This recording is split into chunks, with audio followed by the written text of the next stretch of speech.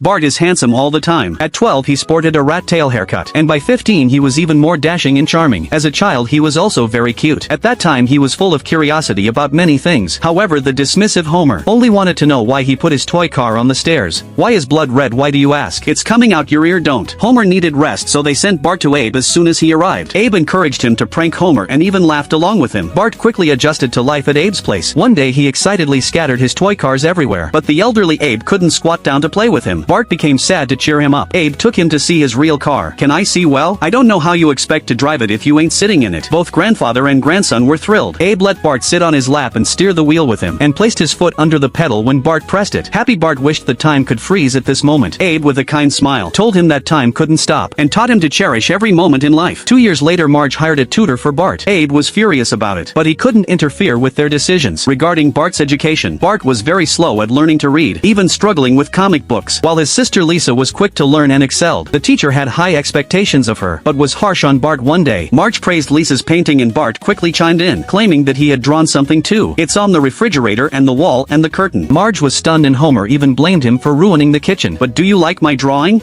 Marge quickly urged Homer to say something encouraging, but Homer couldn't contain his anger. He shouted at Bart, even saying that he regretted having him as a son. The disappointed Bart sat on the curb. He stopped Lisa, who was riding her bike, to brag that he could drive. Meanwhile Homer was finally finishing cleaning up the kitchen. In some ways this was kind of a blessing.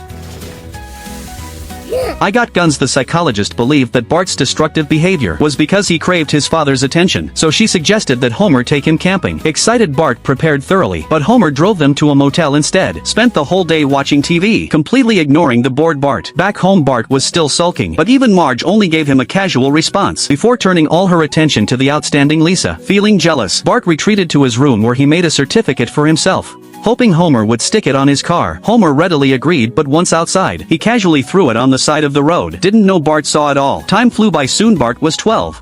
Thanks, but you know, I'm not into Krusty anymore. Marge felt a bit sad because he had grown up too fast, and he was no longer the little boy she remembered. Bart helplessly cheered up Marge according to Homer's requirements, but just as he was about to blow out the candles, Lisa received a praise message from school. The family's attention turned to her again. Bart sarcastically changed the cake to her name. There, now it's all about you, Happy.